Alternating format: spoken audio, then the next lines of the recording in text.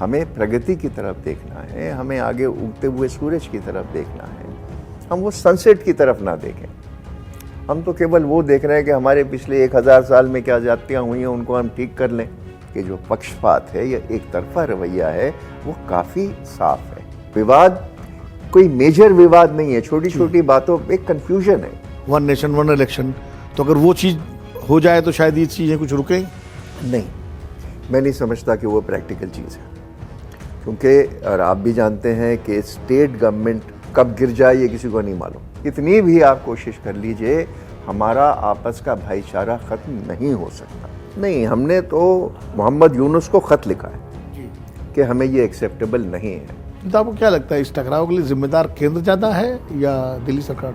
नहीं, ये मेरे लिए कहना उचित नहीं होगा, मैं वहाँ रह चुका हूँ, लेकिन ये सही है कि विवाद है और नहीं होना चाहिए। नमस्कार, अमरउजाला.com के मेरे कार्यक्रम खरी बात में आपका स्वागत है, खैर मकदम है, वेलकम। आज हम बात कर रहे हैं एक नई शख्सियत से। नई मतलब हमारे कार्यक्रम में नई है, वैसे तो बहुत पुरानी शख्सियत हैं। उनका ताल्लुक ब्यूरोक्रेसी से भी है, राजनीति से भी आप कह सकते हैं, चूँकि वो दिल्ली के लेफ्टिनेंट गवर्नर रहे हैं और थिएटर से भी रहा है। तो एक अजीम शख्सियत हैं हमारे साथ, दिल्ली के फॉर्मर लेफ्टिनेंट गवर्नर, पूर्व उपराज्यपाल नजीब जंग साहब। जंग साहब, आपका बहुत बहुत स्वागत है हमारे इस कार्यक्रम में। आपने वक्त निकाला है, इसके लिए बहुत बहुत शुक्रिया आपका। जंग साहब, इस वक्त जो देश का माहौल है, जो वातावरण है, वो बड़ा एक तनावपूर्ण सा है, एक अजीब सा है। कहीं कोई मंदिर के नीचे मस्जिद खोज रहा है, तो कोई मस्जिद के नीचे मंदिर खोज रहा है। अभी कल सुप्रीम कोर्ट ने एक फैसला दिया और कहा कि जब तक हम जो प्लेसेस ऑफ वर्शिप एक्ट जो है वो उस पर फैसला नहीं कर लेते हैं, तब तक ये सारी चीज़ें होल्ड कर दी जाएँ। तो एक बुद्धिजीवी के नाते, एक जिम्मेदार शहरी के नाते और एक फॉर्मर ब्यूरोक्रेट के नाते, और आप एक जिम्मेदार पदों पर रहे हैं कई जगह, हम इस सारे डेवलपमेंट को कैसे देखते हैं? विनोद जी, जो डिफरेंसेस हैं कम्युनिटीज़ में, वो तो आज की कोई नई बात नहीं। हिंदू मुस्लिम डिफरेंसेस या क्रिश्चियन के साथ डिफरेंसेस 150-200 साल से चल रहे हैं। एक दौर था 1857 में जब जंग आज़ादी पहली लड़ी गई और हमने देखा कि हिंदू मुसलमान एक होके लड़े थे, वो तो बात छोड़ दीजिए। लेकिन उसके बाद एक दौर आया जिसमें ये डिफरेंसेस बढ़े या बढ़े गए, जो भी है राजनीतिक हुए, क्योंकि उसके बाद मुस्लिम लीग बढ़ी, फिर हिंदुस्तान का पार्टीशन हुआ, फिर आपने वो दंगे देखे। तो डिफरेंसेस हमारे रहे हैं, ये एक हकीकत है। लेकिन दूसरी हकीकत जो हमारे सामने वो ये है कि जो भी सरकार 2014 से पहले रही है, उसने उन डिफरेंसेस का फ़ायदा नहीं उठाया है। और जब भी झगड़े हुए हैं, विवाद हुए हैं, तो प्रशासन और स्टेट गवर्नमेंट उनको सुलझाने की कोशिश करती है। 2014 के बाद हमने ये देखा है कि ये डिफरेंसेस बढ़े हैं और राजनीतिक तौर पर एक तरह से बढ़ाए गए हैं। मेरा अपना मानना यह है कि स्टेट में भी और सेंटर में भी पॉलिटिकल पार्टीज़ ने भी ये समझा है कि अगर हम इन डिफरेंसेस को बढ़ाएं तो हमें इलेक्शन में राजनीतिक लाभ मिलता है। मतलब ये काम अंग्रेज करते थे। लॉर्ड कर्जन ने जिस तरह पार्टीशन ऑफ बंगाल किया था हिंदू मुस्लिम आधार पर, और अंग्रेजों के बारे में कहा जाता है कि उन्होंने 1857 की जो एकता थी उसको देख करके उसके बाद उन्होंने लगातार ऐसी कोशिशें की कि डिफरेंसेस बढ़े, और उसकी परिणति आखिर में हिंदुस्तान के बंटवारे में हुई। तो आपका कहना है कुछ उसी तरह जो मौजूदा निज़ाम है या पॉलिटिकल पार्टीज़ हैं वो कर रही हैं? हाँ, मेरा ये मानना है कि ये एक फार्मूला इनको मिल गया है कि अगर हम डिफरेंसेस क्रिएट करते हैं तो हमारा फ़ायदा होगा। और ये जाहिर है, ये हुआ है, क्योंकि आपने ये डिफरेंसेस इतने गहरे कर दिए हैं कि समाज अब कास्ट और कम्युनल लाइंस पे वोट कर रहा है। मेरा मतलब ये है कहने का कि हर संजीदा सरकार का ये दायित्व होता है कि डिफरेंसेस कम करें। वो प्रयास हमें नहीं होता दिख रहा है। उसी का नतीजा है जो आप अभी कह रहे थे कि हमने देखा है कि एक अजीब तनाव इस वक्त समाज में है, ख़ासकर अल्पसंख्यक वर्ग में है, कि हमें अलग कर दिया गया है या हमें अलग करने की कोशिश की जा रही है। आप देख रहे हैं कि एक गेटोवाइजेशन है, और जो कानून पिछले 10 साल में या एक्टिविटीज़ या एक्शन सरकार ने किए हैं पिछले 10 साल में, उनसे ये जाहिर होता है कि मुस्लिम समाज और क्रिश्चियन समाज को ये बताया जा रहा है कि अब आपके निगहबान हम हैं, आप लोग इस लायक नहीं हैं कि आप लोग अपना कुछ देखभाल कर सकें। हालांकि प्राइम मिनिस्टर साहब तो ये कहते हैं कि उनकी जो सरकार बनी है वो सबका साथ, सबका विकास, सबका विश्वास, सबका प्रयास इस फार्मूले पर है।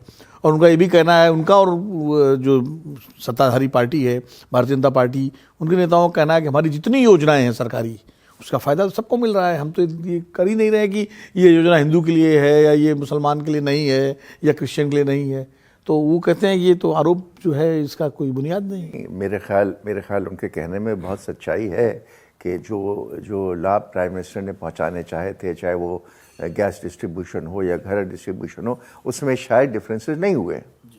लेकिन आपने क्या किया है अपनी हेट स्पीच रोकने के लिए? आपने क्या किया है अपने धर्म संसद रोकने के लिए जिनमें वाहियात बातें की जाती हैं? आपने क्या किया है जो इलेक्शन में वो स्पीचेस दी गई हैं जिससे लोगों के दिल टूटे हैं? वो उन शब्दों का उपयोग किया गया है जो मैं आपकी चैनल पे करना नहीं चाहता या कर नहीं सकता। आपने क्या किया है जब एक इनोसेंट इंसान को घर में जाके लिंच कर दिया गया है? आपने क्या किया है कि जब झगड़ा होता है तो आप बुलडोजिंग करते हैं, लेकिन एक समाज के घर ज़्यादा तादाद में बुलडोज होते हैं? तो मेरा कहने का मतलब ये है कि जो पक्षपात है या एक तरफा रवैया है वो काफ़ी साफ है। तो मतलब आप लोग, मुझे याद है कि जब 2014 में मोदी जी प्राइम मिनिस्टर बने थे और सरकार बनी थी, उसके बाद माइनॉरिटी कम्युनिटी के जो इंटेलेक्चुअल्स थे, इंटेलिजेंशिया इसको कह सकते हैं, उन लोगों ने, इसमें आप भी शामिल थे, आप लोग प्राइम मिनिस्टर से मिले थे और आप लोगों ने एक ब्रिज बनाने की कोशिश की थी। उसका क्या नतीजा निकला? क्या बात हुई थी उसमें और किस तरह से उसमें आप लोगों को एश्योरेंसेस मिले होंगे? शायद आप लोग मोहन भागवत जी से भी मिले थे जो आरएसएस चीफ हैं। तो इन सब प्रयासों का कोई मतलब, कोई नतीजा निकला? विनोद जी, 2014 में तो मैं उस वक्त लेफ्टिनेंट गवर्नर था, तो प्राइम मिनिस्टर से हमारी बहुत मुलाकातें हुई, लेकिन इस संबंध में कोई बात नहीं थी। तब तो दिल्ली पर ही बात होती है। जी हाँ, दिल्ली पे बात हुई, हिंदुस्तान पे भी बात हुई, और मैंने हमेशा प्रधानमंत्री को संवेदनशील व्यक्ति की तरह पाया। और मैं आपसे ये बिल्कुल साफ कह सकता हूँ कि कभी प्राइम मिनिस्टर ने मुझसे ये नहीं कहा कि कोई गलत काम होगा, कभी नहीं कहा। तो ये एक बात साफ होनी चाहिए। दूसरी बात कि हाँ, हम लोग 2019-20 के बाद भगवत जी से मिले थे, और उसकी वजह ये थी कि जब नुपुर शर्मा ने प्रॉफिट के बारे में एक ऐसा बयान दिया था जिसमें मुसलमानों को बहुत चोट लगी थी, और फिर वो उदयपुर की घटना हुई कि एक मेरे ख्याल अच्छा शरीफ टेलर दर्जी था, उसको मार दिया गया, हिंदू धर्म का, उसको मुसलमानों ने जाके कत्ल कर दिया। तो उसकी फेसबुक पोस्ट को लेकर और जो भी था, मतलब वो घटनाएं ऐसी थी जो होनी नहीं चाहिए किसी भी सभ्य समाज में। तो उसमें चिंता थी, हम लोगों को भी चिंता थी। तो हमने भागवत साहब से निवेदन किया था कि हम आपसे मिलना चाहते हैं, और उनका बड़प्पन था कि उन्होंने हमें समय दिया, मिले दिल्ली में, उन्होंने हमें बहुत समय दिया, और वो एक ही बार नहीं, हमसे कई बार मिले। और हमने ये भी समझा कि जो हमारे जो मुसलमान समाज में और हिंदू समाज में डिफरेंसेस हैं वो इतने गहरे नहीं हैं। विवाद कोई मेजर विवाद नहीं है, छोटी छोटी बातों पे एक कन्फ्यूजन है, और शायद कम्युनिकेशन गैप भी है, कम्युनिकेशन गैप है, शक व शुबा है, और उस शक व शुबा को या कम्युनिकेशन गैप का फ़ायदा एक ऐसा तत्व उठा लेता है जिससे समाज में गहराइयाँ बढ़ती हैं। तो ये भागवत साहब ने भी हमें आश्वासन दिया था कि संघ भी चाहता है कि ये डिफरेंसेस कम हो, और नेचुरली मुसलमान भी चाहते हैं कि डिफरेंसेस कम हो।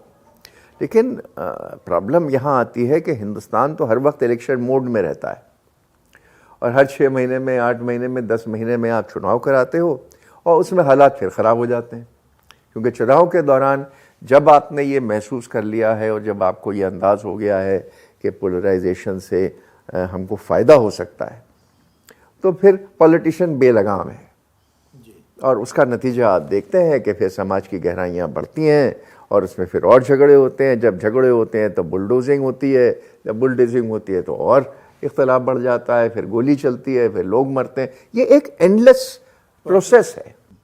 इसका मतलब जो, चूंकि थोड़ा संदर्भ आपने इलेक्शन की बात की, तो जो भी प्रधानमंत्री जी का कहना है कि एक देश एक चुनाव, वन नेशन वन इलेक्शन, तो अगर वो चीज़ हो जाए तो शायद ये चीज़ें कुछ रुकें।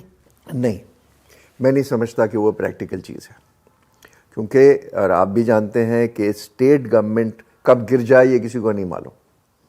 तो अगर स्टेट गवर्नमेंट 1.5 साल में गिर गई तो उसके बाद क्या 4 साल चुनाव नहीं कराएंगे? ये क्या कराएंगे? इंतज़ार करेंगे या प्रेसिडेंट या गवर्नर रूल लगा देंगे 4 साल के लिए?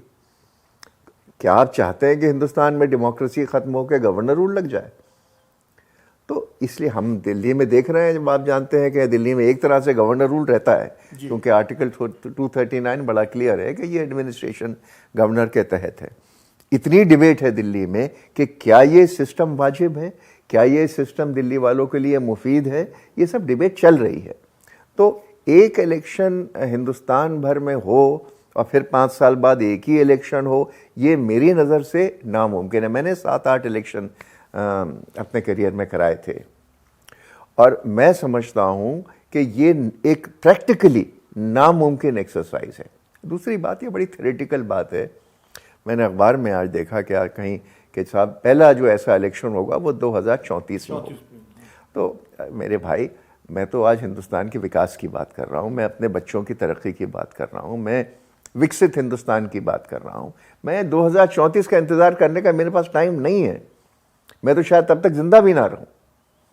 तो इसलिए आज के हिंदुस्तान की हम लोग बात करें और जो सिस्टम है उसको सुधारें, इलेक्शन जो हो रहा है उसको क्लीन अप करें। अच्छा, अपने उस पे आते हैं जिस विषय पे हमने बातचीत शुरू की थी। आपको क्या लगता है कि डिफरेंसेस तो आपने सही कहा कि 150-200 साल से 250 साल से पहले से हैं, एग्जिस्ट करते हैं, वो अलग अलग, लेकिन साथ साथ कई ऐसे फैक्टर्स भी हैं जो एक भी करते हैं। मतलब कई चीज़ें साझा इतनी हैं हमारे बीच में, जिसको गंगा जमनी तहजीब भी कहा जाता है, कि उसमें मतलब जो डिफरेंसेस हैं वो शायद पीछे हो जाते हैं और जो यूनिटी के फैक्टर है वो आगे आ जाते हैं। मैं आपके सवाल को 2 पार्ट्स में बांटना चाहता हूँ। एक तो आपने गंगा जमनी तहजीब का जिक्र किया, तो क्योंकि हम लोग यूपी से हैं, आप भी और मैं भी, ये वो इलाका है जहाँ नज़ीर अकबर आबादी भगवान कृष्ण और भगवान राम के लिए गीत लिखते हैं। ये वही इलाका है जहाँ पर हमने कबीर के दोहे ज़िंदगी भर पढ़े हैं, हमने रहीम की बातें सुनी हैं। ये वही इलाका है जहाँ बिस्मिल्लाह खां रोज़ सुबह उठ के अपनी जो शहनाई वो गंगा पे चलाते थे। ये वही इलाका है। ये वही है जहाँ बुल्ले शाह कहते हैं अपने उसमें कि होली खेलूंगी कह बिस्मिल्लाह। दिस इज़ आवर कल्चर जो हमेशा रहा है।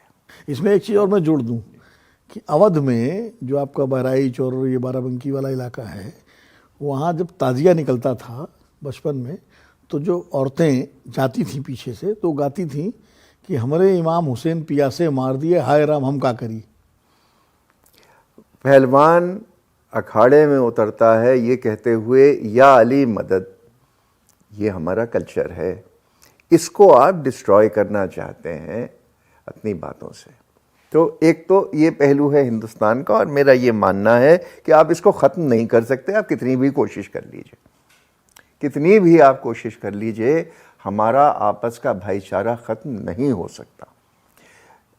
कम्युनलिज्म की एक राइज होती है और एक गिरावट होती है। ये हमारी बदकिस्मती है कि आज हम इसकी एक राइज देख रहे हैं, लेकिन इसका गिरावट भी इनएविटेबल है। ये हमारा आपका स्वभाव है, ये हमारा कल्चर। देखते एक भी ये बात। दूसरी बात जो आपने कहा कि ये दूसरी पार्टीज क्यों भाई शांत हैं इस वक्त, तो वही वाली बात है कि पोलराइजेशन से आज फ़ायदा हो रहा है।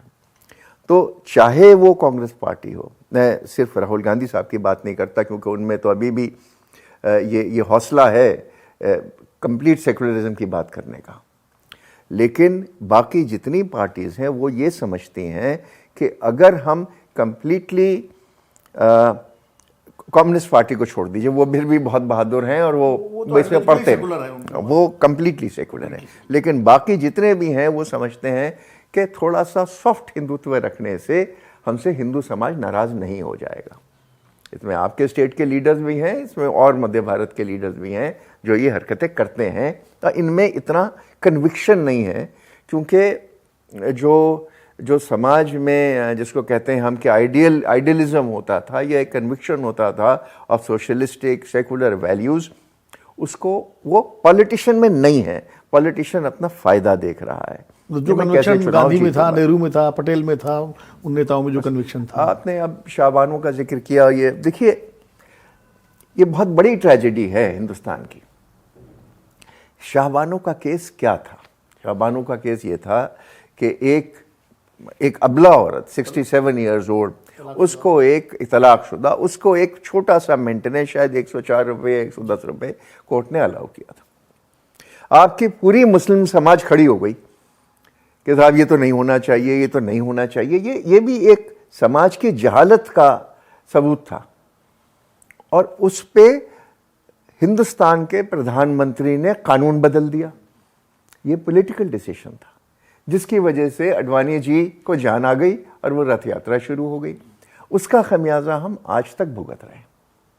तो ये छोटी छोटी पॉलिटिकल गलतियां, अब जब आपने शाहबानों कर दिया, उसका रिएक्शन आपका क्या हुआ कि आपने वहां ताले खुलवा दिए, वहां शिलान्यास करवा दिया, दूसरों को खुश करने के लिए शिलान्यास करवा दिया, दूसरों को खुश करने के लिए। वो उसका और ना खुदाई मिला ना विशालेसन।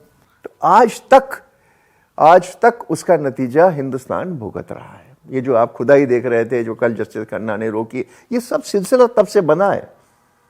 नहीं तो हम लोग तो ठीक चल रहे थे भाई। तो ये सच्चाई हमारे सामने आज है। अब इसको दूर करने में कितना समय लगेगा, लेकिन ये हम कह दें कि मुसलमान समाज आज जागरूक नहीं है, वो गलत बात होगी। लेकिन चंद मजबूरियां ऐसी हैं, क्योंकि जब आपके पास पॉलिटिकल लीडरशिप नहीं है, जब आपके इंटेलेक्चुअल्स चुप करके अपने घरों में बैठे हुए हैं या अपने बच्चों को पढ़ा के अमेरिका और इंग्लैंड भेज देते हैं, तो समाज की लीडरशिप तो जीरो है। पॉलिटिकल लीडरशिप नहीं है, इंटेलेक्चुअल लीडरशिप नहीं है। समाज की लीडरशिप आज भी उन्हीं मौलाना उन्हीं के हाथों में है। मैं ये कहना नहीं चाहता था, मैं तो कह रहा हूं। लेकिन बात ये है कि जो लीडरशिप है, it has to come from very enlightened people. और इसलिए आज की तारीख में सरकार का ये दायित्व बनता है कि इस चीज़ को वो समझे। देखिए, मैं बार बार कहता हूँ कि हिंदुस्तान में बहुसंख्यक समाज का ये दायित्व है कि हाथ बढ़ा के अल्पसंख्यक समाज को ये बताए कि हम आपके बड़े भाई हैं, आप कमज़ोर हैं, आपकी पढ़ाई लिखाई कमज़ोर है, आप आर्थिक दृष्टि से कमज़ोर हैं, और हम बड़े भाई के नाते होते हुए ये हमारा दायित्व है आज कि हम आपका हाथ पकड़ के आपको उठाने की कोशिश करें। इसके बरक्स, इसके विपरीत हम ये कहते हैं कि ये तो नालायक हैं, ये अनपढ़ हैं, और हमारी दरार अगर बीच में बढ़ती रहेगी तो ये हिंदुस्तान की भलाई के लिए नहीं है, ये किसी की भलाई इसमें नहीं है। मैं एक बार और मैंने कही है, तो ऐसे में आपको नहीं लगता कि दोनों कम्युनिटीज़ के बीच में, खासकर मैं हिंदू मुस्लिम्स की बात कर रहा हूँ, एक कम्युनिकेशन की ज़रूरत है, एक संवाद की ज़रूरत है, एक दोनों कम्युनिटीज़ के इंटेलेक्चुअल्स के बीच में, रिलीजियस लीडर्स के बीच में, सोशल जो पर्सनालिटीज़ हैं उनके बीच में, ताकि जो बहुत सारी गलतफहमियाँ हैं वो, या आजकल तो ऐसी ऐसी बातें उड़ाई जाती हैं जिनका कोई सिर पैर नहीं है। जैसे उदाहरण के लिए कि साहब वो मुस्लिम्स के घर में तो आप कुछ मत खाइए, वो तो थूक देते हैं हर चीज़ में, जिसका कोई सर पैर, इस तरह की बहुत सारी चीज़ें जो है। तो इन सब को, इन गलत फहमियों को दूर करने के लिए एक सम्मिलित प्रयास की ज़रूरत है। तो इसके लिए कोई पहल होनी चाहिए। इसी को तो लेके हमने संघ प्रमुख से बात की थी कि ये पहल बढ़नी चाहिए, और उन्होंने भी इस चीज़ पे एग्री किया है कि ये पहल होनी चाहिए। और इसीलिए हम लोग, जहाँ तक हमारी लिमिटेशन है, हम लोग छोटे छोटे ग्रुप्स में लोगों से मिल रहे हैं। हमने सिख समुदाय में भी बात की है, हमने क्रिश्चियन से भी अभी बात करने वाले हैं, और हिंदू मुसलमानों में तो बैठ बैठ के हम लोगों ने बहुत बातें की हैं, छोटे छोटे ग्रुप्स में इंटेलेक्चुअल्स को बुला के। प्रॉब्लम साहब ये है कि प्रॉब्लम विशाल है। मैं 50 लोगों से बात करूं, होता ये है कि वो 50 लोग मेरी ही विचारधारा के होते हैं। हाँ, ये हम लोग ऑलरेडी कन्विंस्ड हैं। ये हम अपने एको चेम्बर में वही बात बार बार कर रहे हैं। उससे बाहर निकलने की जरूरत है। बाहर हम निकल नहीं पा रहे हैं क्योंकि हमारे पास सरमाया नहीं है, मीन्स नहीं है। बाहर निकलने के लिए या तो आपके पास एक नेशनल वो फिगर चाहिए, जयप्रकाश नारायण चाहिए, आपको गांधी चाहिए, और पुराने लीडर्स भी, आप जवाहरलाल की बात कर लीजिए, आप पटेल की बात कर लीजिए, आप सुभाष चंद्र बोस की बात कर लीजिए। हमें लीडर ऑफ स्टैचर चाहिए।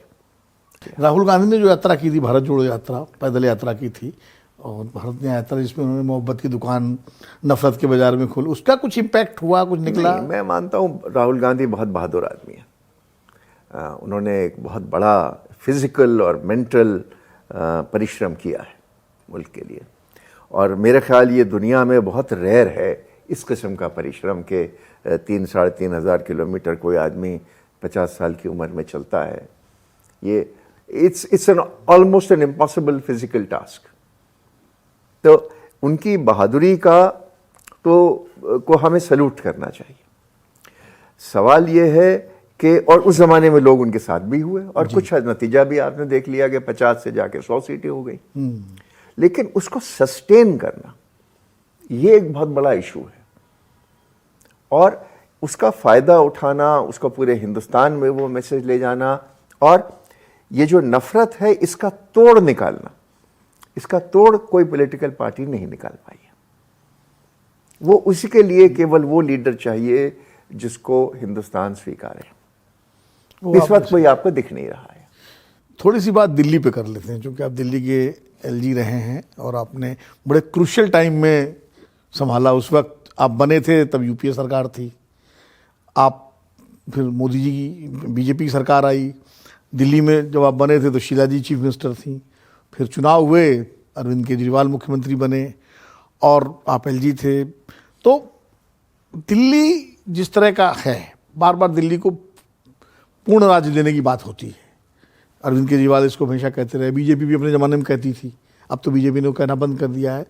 तो आपको क्या लगता है कि जो दिल्ली पिछले 10 साल से जो केंद्र सरकार और दिल्ली सरकार के बीच में तनातनी चली है, जिससे दिल्ली के बहुत सारे डेवलपमेंट कामकाज प्रभावित हुआ है, क्या स्वरूप होना चाहिए दिल्ली का? दिल्ली क्योंकि देश की कैपिटल है दिल्ली।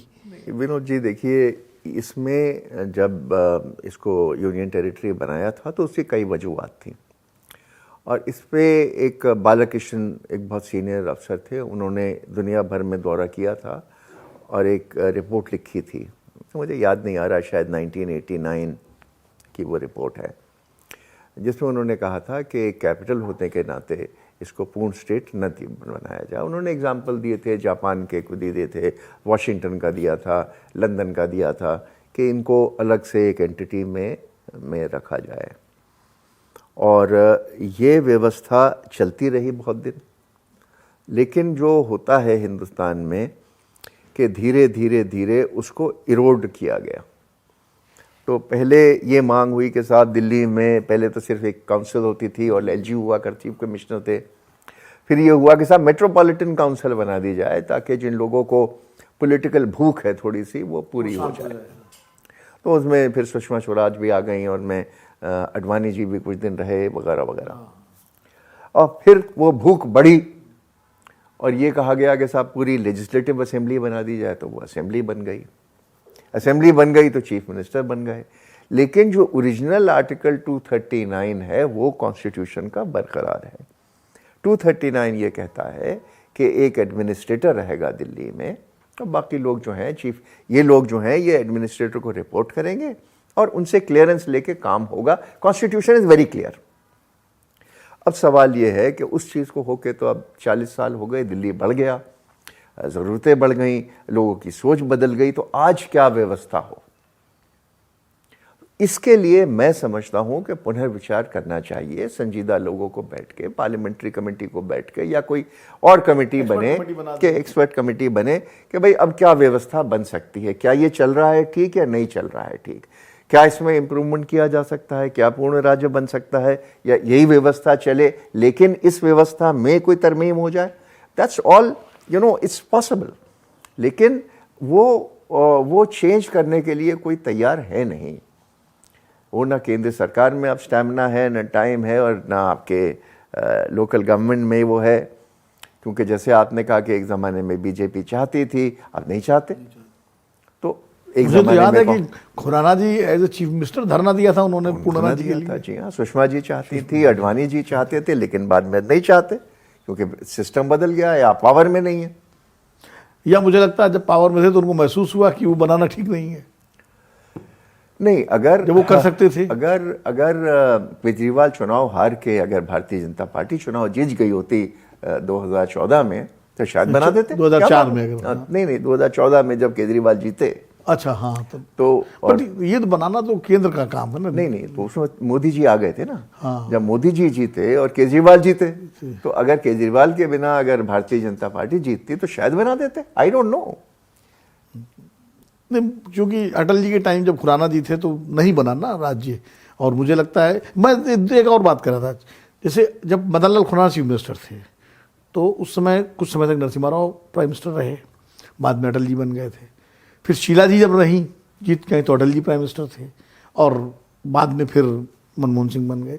तो शीला जी की जो इक्वेशन अटल जी से थी तो कभी टकराव नहीं हुआ केंद्र और राज्य का उस तरह से जैसे अब होता है, या खुराना जी के समय भी केंद्र और राज्य का टकराव ऐसा नहीं हुआ, बल्कि डॉक्टर हर्षवर्धन का जो पल्स पोलियो प्रोग्राम है वो तो नेशनल प्रोग्राम बनाया नरसिम्हा राव ने। तो ये इक्वेशन मौजूदा दिल्ली सरकार और केंद्र सरकार के बीच में क्यों नहीं बनी 2014 के बाद से? नहीं, देखिए, मैं तो पॉलिटिक्स अपनी जगह, इलेक्शन के बाद पॉलिटिक्स खत्म, अब आप डेवलपमेंट में लगी। मैं शीला जी के ज़माने में लेफ्टिनेंट गवर्नर था जी। और मैं आपसे कह सकता हूँ कि उनके साथ काम करने में एक प्लेजर था। एक संजीदा शख्सियत थी, एक्सपीरियंस शख्सियत थी, और वो हर थर्सडे को हमारे यहाँ आया करती थी जी, एलजी हाउस। 11 बजे ठीक आती थी, उनके लिए वक्त पाबंद था, और वो कॉफ़ी पी के और जो मसले डिस्कशन के होते थे वो मैं अलग रख लेता था, उनसे बातचीत हो जाती थी। कुछ चीज़ों में वो अग्री करती थी, कुछ चीज़ों में मैं अग्री करता था, कोई झंझट नहीं था, जिसको कहते थे कि we had learn to agree to disagree if needed. Kejriwal साहब आंदोलन से निकल के आए थे, एक अजीब शख्सियत थी, एक एक्साइटमेंट था, एक जवानी थी, एक जज्बा था, और वो इस उम्मीद से आए थे कि वो इस सिस्टम को बदल सकते हैं। कोई भी सिस्टम को बदलने में समय लगता है, मैच्योरिटी लगती है, और एक कन्विक्शन लगता है कि दूसरी साइड को कन्विंस कर सके। उनमें ना पेशेंस थी और ना वो कन्विंस करने की क्षमता रखते थे कि इस सिस्टम को वो चेंज कर सके। तो जल्दबाजी में तो कोई सिस्टम चेंज होगा नहीं। This is the only problem, और उसी का खमियाजा वो आज भुगत रहे हैं, और उनका ये कांस्टेंट विवाद है। तो आपको क्या लगता है इस टकराव के लिए जिम्मेदार केंद्र ज़्यादा है या दिल्ली सरकार?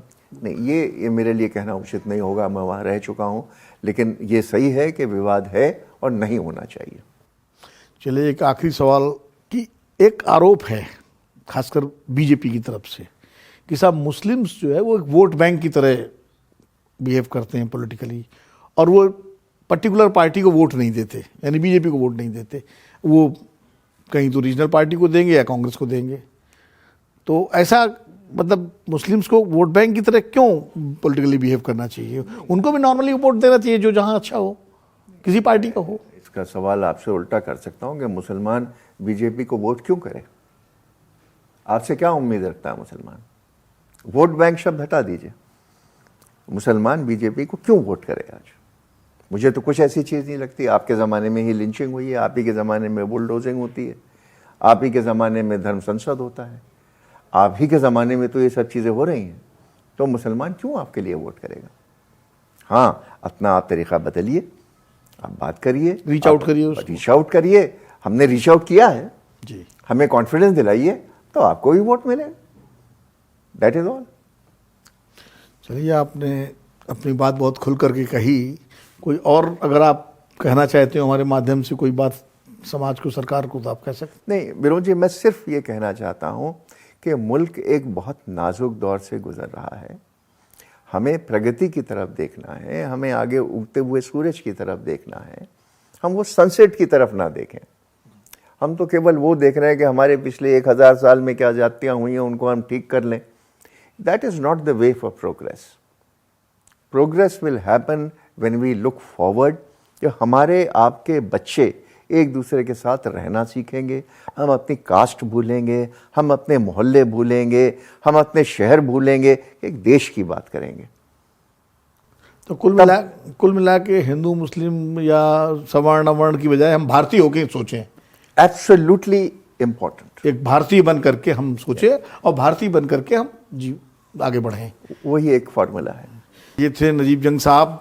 बहुत ज़बरदस्त चर्चा हुई इनके साथ, तमाम सारे मुद्दों पर खुलकर बात हुई। जंग साहब, बहुत बहुत शुक्रिया आपका वक्त निकालने के लिए और हमारे इस कार्यक्रम में आने के लिए। अगले हफ्ते हम फिर मिलेंगे एक नई शख्सियत के साथ, नए मुद्दों के साथ।